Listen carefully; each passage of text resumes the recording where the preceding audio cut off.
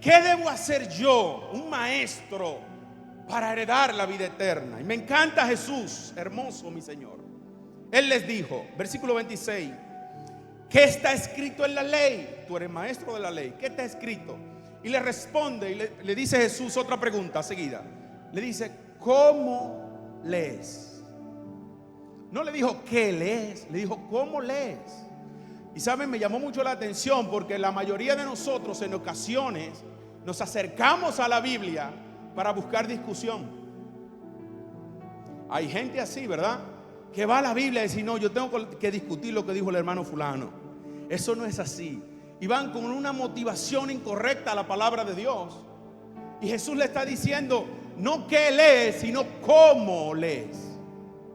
¿Cuál es tu motivación? ¿En realidad tú quieres la respuesta a la pregunta que acabas de hacer?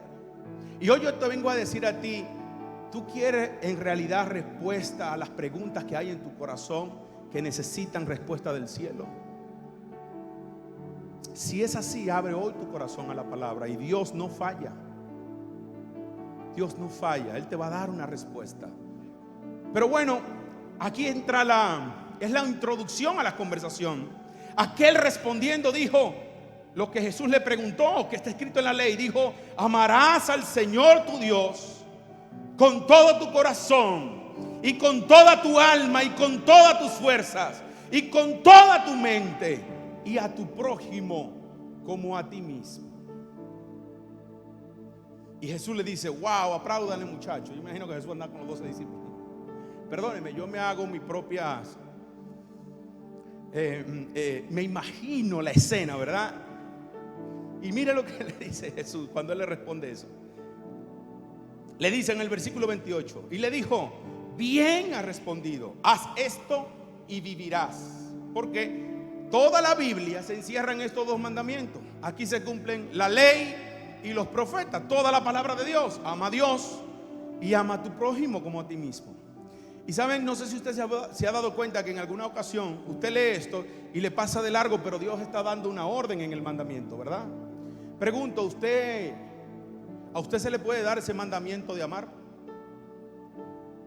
¿Sí? Levante la mano los que dicen que sí. No se preocupe, yo lo voy a enviar temprano, yo predico corto. Levante la mano. Bajen la mano. Levante la mano los que creen que no se le puede dar una orden al corazón para amar. Levante la mano, tranquilo. Usted tiene un conflicto cuando Jesús le dice ama a tu enemigo, ¿verdad? Y los que levantan la mano, ¿aman a sus enemigos? Aleluya. ¿Saben? Me llamó mucho la atención porque es un mandamiento. Y cuando hablamos de este tipo de amor, es un amor especial que se desarrolla en la intimidad con Dios. Es el amor ágape. Es el amor diferente al amor que nos enseñaron. Porque muchas veces decimos, yo amo a mi mamá, pero también tenemos un perrito en casa, ¿verdad? Y yo digo, amo a mi perrito. Pero no es el mismo amor que yo le tengo a mi mamá que el que le tengo al perrito, ¿verdad? Y mucho menos el que le tengo al esposo o la esposa.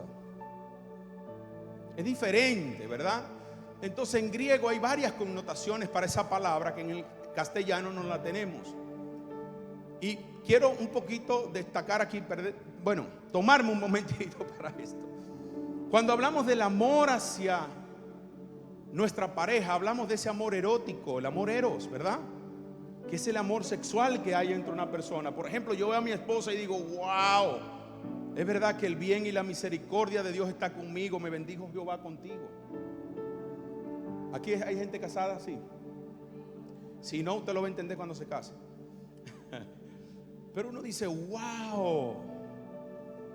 Pero saben, cuando en esta semana vine y pude abrazar a mi papá y a mi mamá y a mis hermanos, sentí un amor tan profundo, y a mis sobrinos y a mis cuñados, porque son mi familia. Y es un amor muy diferente. Ese amor se describe como el amor estorge, que ese amor que está mezclado con el filial, que tiene que ver con lo que yo tengo feeling.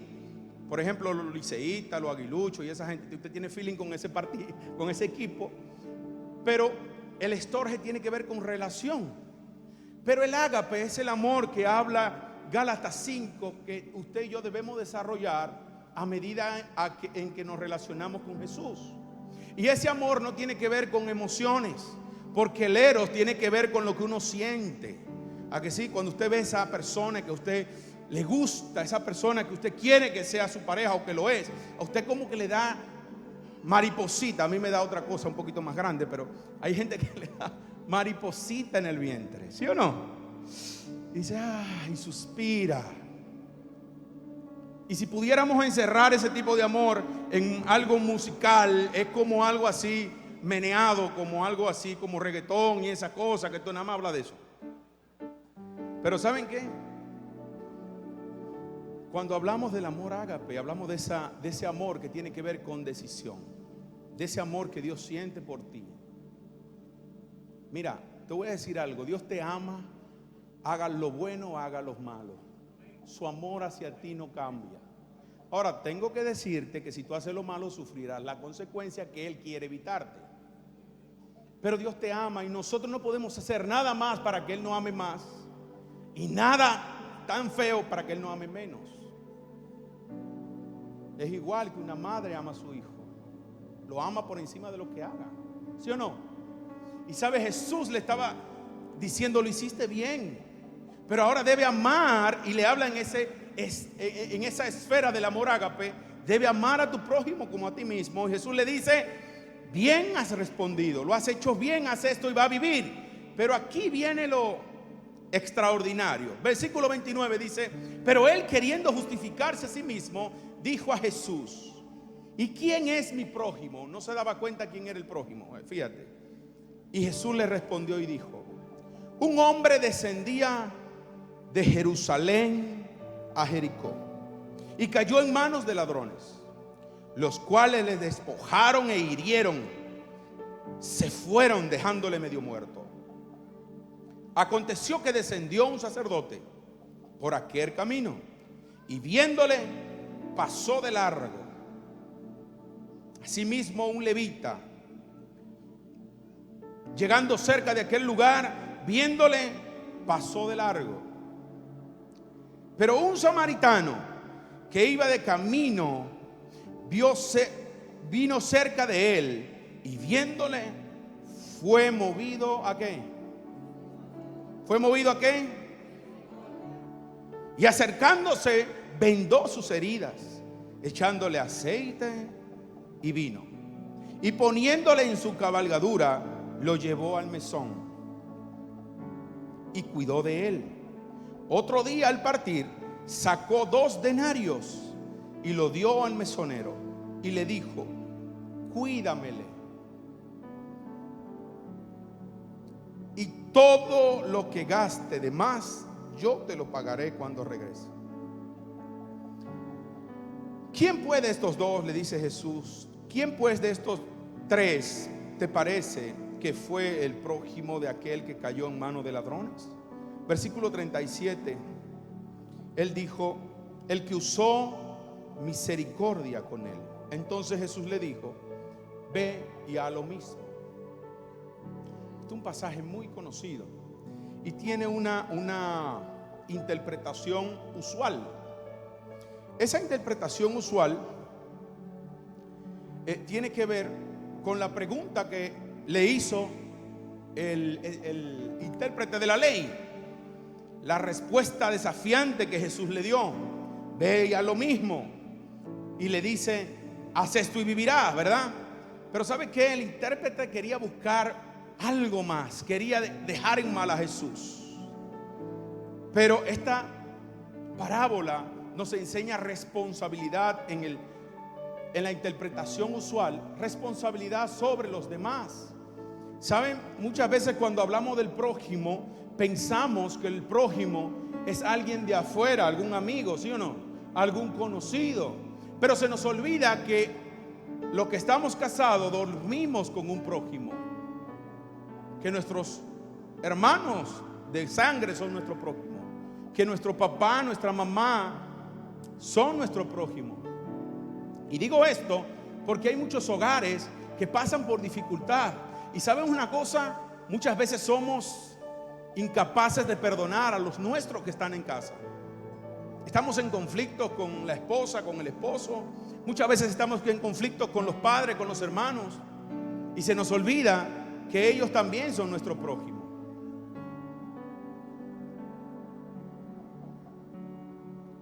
Nos enseña que tenemos una responsabilidad con los demás. Y saben, no sé aquí, pero allí sucede mucho que pasan problemas en las calles y la gente está más preocupada por grabarlo para subirlo a las redes sociales que detenerse a ver si pueden solucionar ese problema.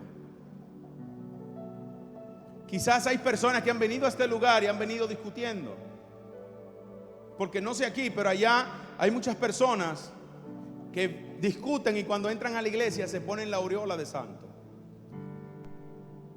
Aquí no hay gente de esa. ¿Cuánto dicen amén?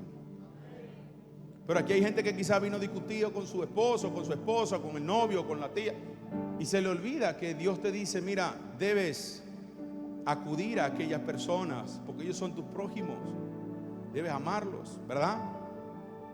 Y esta parábola nos enseña eso, pero también nos enseña que debemos aplicar lo que decimos profesar en nuestra casa con los que están con nosotros.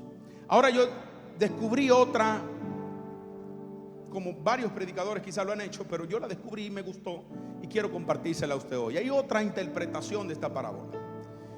Y digamos que el hombre que cae herido junto al camino es un pecador como tú y yo, que un día fuimos redimidos por la sangre de Jesucristo. ¿Cuántos entienden que fueron pecadores y que fueron rescatados por la sangre del Cordero? Amén. ¿Verdad? Y sabe, y hay varios detalles en esta parábola que nos hacen entender eso. Lo primero es que este hombre iba ¿de dónde? De Jerusalén a Jericó. Jerusalén representa la ciudad de paz. Salem, rey de paz, la ciudad del gran rey. Y Jericó representa la ciudad de perdición, ¿verdad? Y Jesús toma el detalle tan hermoso de decir que iba de Jerusalén a Jericó. Y dice que iba descendiendo. Y saben, cuando yo leía esto, llegaba a mi corazón que muchas veces nos sucede eso a nosotros. Estamos con Dios en Jerusalén, pero hay cosas que empiezan a llamarnos de Jericó. Y dejamos de orar, dejamos de leer la palabra, dejamos de congregarnos, dejamos de servir a Dios y comenzamos un descenso. ¿Sí o no? Seamos sinceros, ¿a alguien le ha pasado ese descenso en algún momento? Sí. Y a veces nos involucramos tanto en la obra que nos olvidamos del Dios de la obra, del Señor de la obra. Y vamos en descenso. Y lo siguiente que Jesús dice aquí es, que me llama mucho la atención, es que va de Jerusalén a Jericó,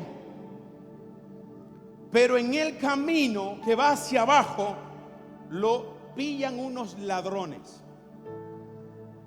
Y saben, la Biblia habla en Juan 10:10 que el ladrón no viene sino a hurtar, a matar y a destruir. Y es justamente lo que sucede cuando nosotros emprendemos el camino de Jerusalén a Jericó.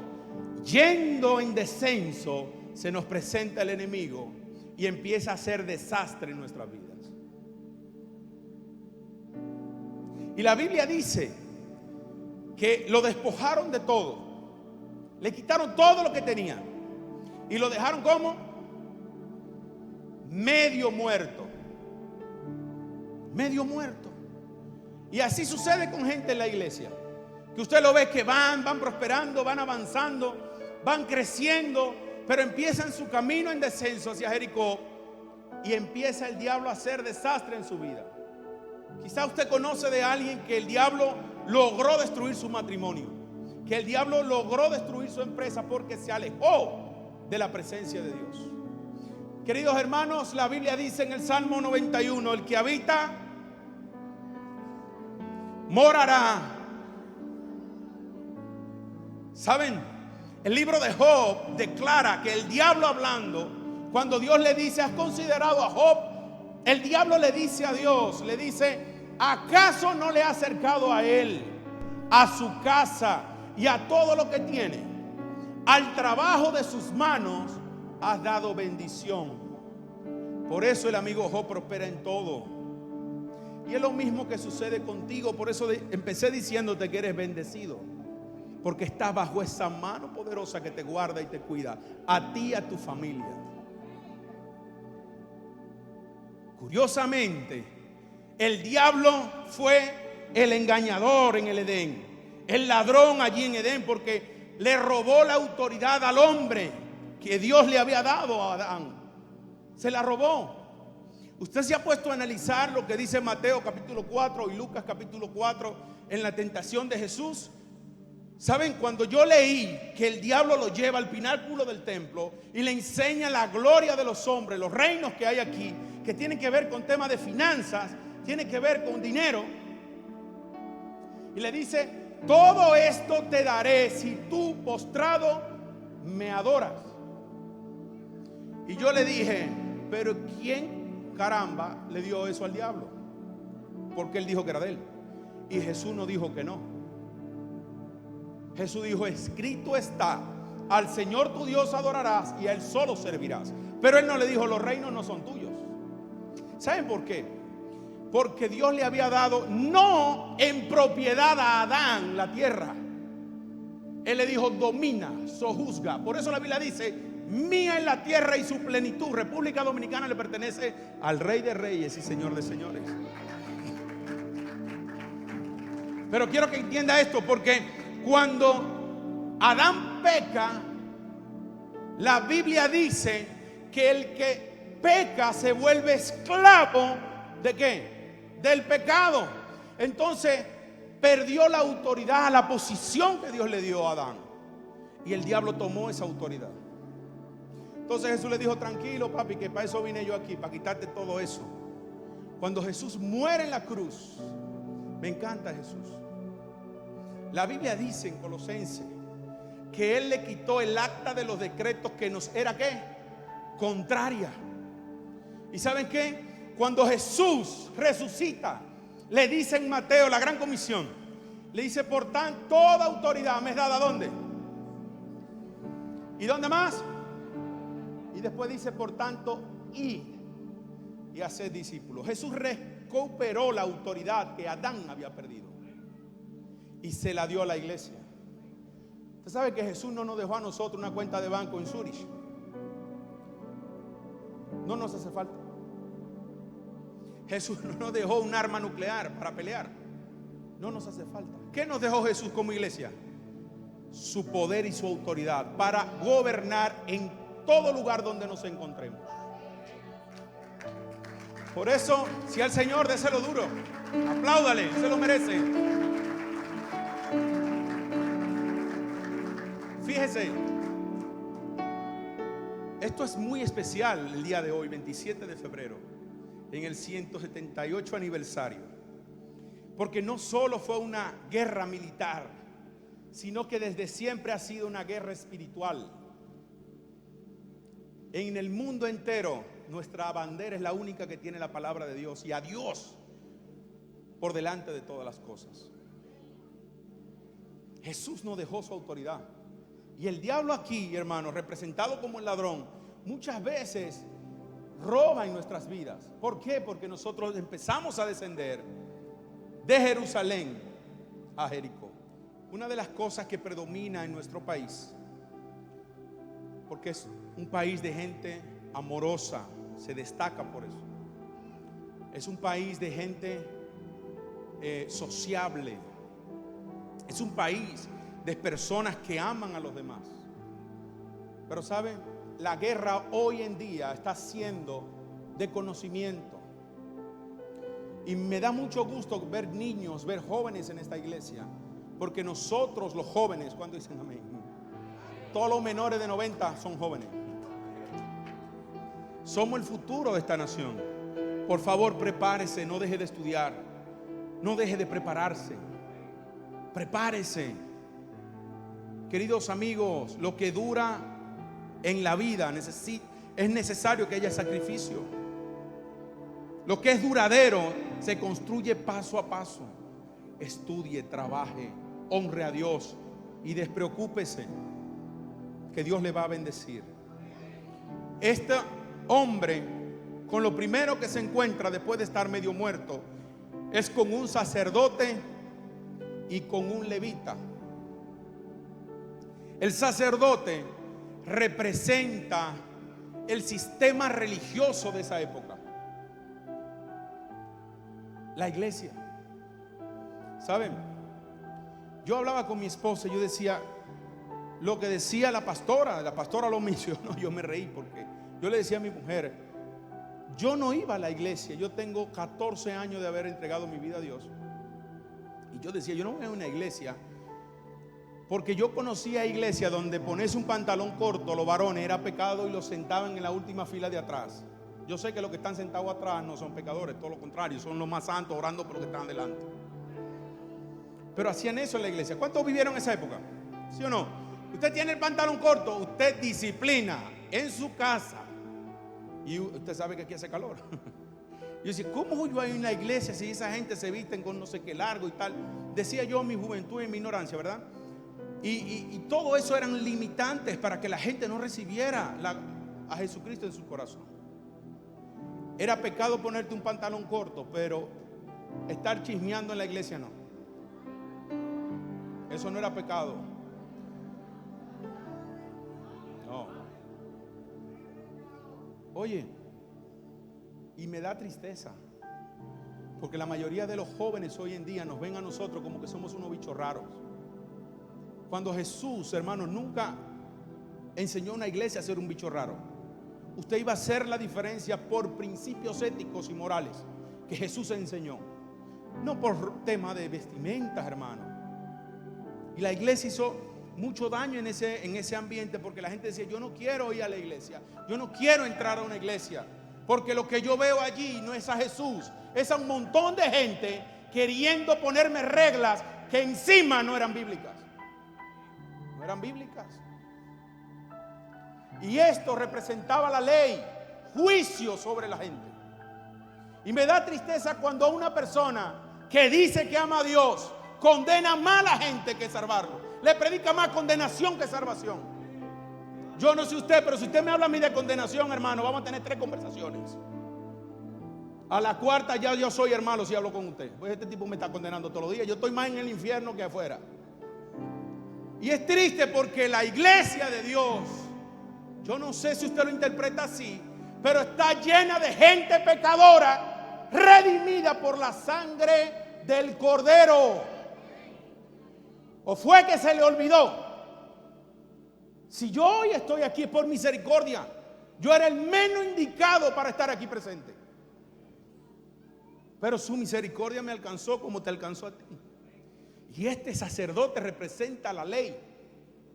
Debes hacer esto, no debería haberte ido por ahí. Bueno que te pase que te agarraran los ladrones. ¿Cuántas veces no nos decían eso? Y nuestros padres aprendieron eso. Bueno que te pasó, por cabezón te pasó, por cabezadura, por terco. Y digamos que este hombre representa la ley. Juicio, juicio, juicio, juicio, juicio, juicio. ¿Cuándo habrá respiro? ¿Cuándo habrá libertad? Si tú solo me predicas juicio. ¿Cuándo voy a entender que Cristo es el camino, la verdad y la vida? Si solo me predica que voy para el infierno. Iglesia, nosotros por décadas pasó eso en esta nación.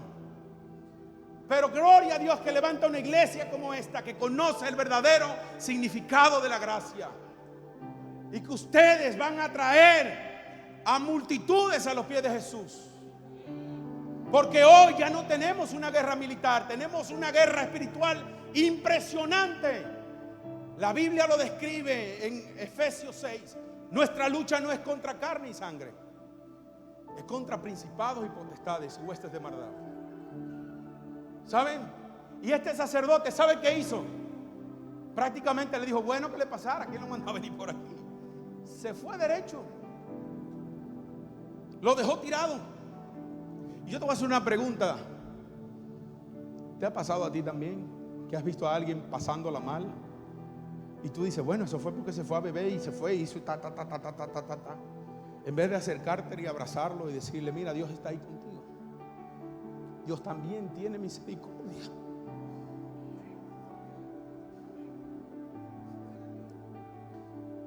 Wow, la misericordia de Dios es grande. Y ojo, muchas veces no debemos llegar a extremos para conocer a Dios. Yo llegué a un extremo, luego lo contaré en mi testimonio. Pero llegué a un extremo y Dios me alcanzó ahí, solo en mi habitación. Pero aparece otro personaje, y digamos que este personaje, el levita, era aquel encargado del servicio. ¿Y saben qué? Representa una instrucción. Aquellos que sirven en la iglesia, los levitas. El levita en este caso representa la instrucción. Yo te puedo enseñar por dónde ir para que no te suceda lo que te pasó. Pero ¿y para qué si ya ahora yo estoy robado y medio muerto y me estoy muriendo tendido en el suelo? ¿Sí o no? Eso hace que da instrucción. No, la próxima vez te voy a dar un caminito para que tú sepas por dónde irte y no te atraquen. Y muchos de nosotros a veces nos comportamos, si no como el sacerdote, como este levita.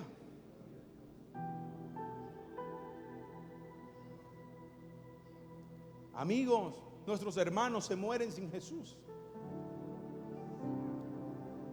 Nuestros hijos, nuestras hijas, se mueren sin Cristo. ¿Y qué haremos tú y yo? ¿Pasaremos de largo? ¿Seremos como aquellos que tuvieron oportunidad de socorrer, pero se ocuparon en sus asuntos? Dijeron, no, yo voy a lo mío. Yo voy a lo mío, yo voy a lo mío. ¿Y sabe? Eso es lo que predomina en la sociedad. Cada quien está en lo suyo. Pasó de largo este hombre que representaba también al Señor, entre comillas, que servía en el templo. Pero luego viene este tercero, y voy terminando. Y este sí que me llamó mucho la atención, y es el samaritano. Para ponerles en contexto, Samaria era la capital de Israel. El reino de Israel estaba unido en el tiempo de David y en el tiempo de Salomón.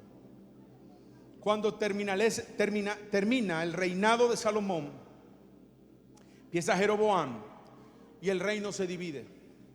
Queda Judá y creo, si mal no recuerdo, Benjamín. Quedan siendo una nación, y las otras 10 tribus se van y se apartan de Judá y forman Israel. Samaria es la capital de Israel. Empieza un conflicto porque Dios había dado en sus mandamientos que no se mezclaran con otras naciones. Y empieza el pueblo de Israel a unirse con los asirios, a unirse con los sirios. Hombres teniendo mujeres de esas naciones y viceversa. Comienza ese pueblo a darle la espalda a Dios y comienza a idolatrar. Comienzan a levantar falsos ídolos. Se mantiene en pureza la tribu de Judá. Por eso Jesús viene de la tribu de Judá, que se mantuvo íntegra al Señor, se mantuvo pura para Dios. Entonces los que eran de Judá comenzaron a despreciar a los samaritanos porque decían que ellos se habían mezclado. Y usted sabe que para un judío todo aquel que era gentil o que tenía mezcla, ellos decían que era comparable a un perro para ellos. Y despreciaban a los samaritanos. Y cuando yo veo esto en la palabra, que Jesús usa esta figura como el samaritano, me llamó tanto la atención. Porque ¿sabe qué? Jesús también fue rechazado. Jesús también fue rechazado. La Biblia dice de él en Isaías capítulo 53: desechado él entre los hombres, varón de dolores, experimentado en quebranto. Digamos que este Jesús o este samaritano tiene similitud con Jesús. ¿Saben? ¿Me permiten bajar? Este samaritano, siendo rechazado por el pueblo, ve la aflicción de aquel hombre que había sido robado y dejado ahí medio muerto, y se detiene. Y al detenerse, lo ve herido y lo socorre. Lava sus heridas con vino y le aplica aceite. Vino, símbolo de un desinfectante, y el aceite, símbolo del Espíritu Santo. Lo monta en su cabalgadura. Y cuando yo leo esto, me estoy acordando de Filipenses capítulo 2, cuando habla que Jesús, siendo igual a Dios, no tuvo el ser igual a Dios como cosa que aferrarse, sino que se despojó, se quitó su vestidura, se despojó de su gloria y se hizo hombre, y siendo hombre se humilló hasta los sumos, muriendo en la cruz del Calvario por nosotros. Él no tenía necesidad de eso, y lo hizo por misericordia, por compasión. Se puso en nuestros zapatos, igual que lo hizo este samaritano. Y no solo eso, la Biblia dice que lo pone en su cabalgadura y lo lleva a un mesón, a una casa. Y esto me abrió en dos, porque esa casa simboliza la iglesia de Jesús. Todos ustedes fueron ganados fuera y lo trajeron aquí a esta casa.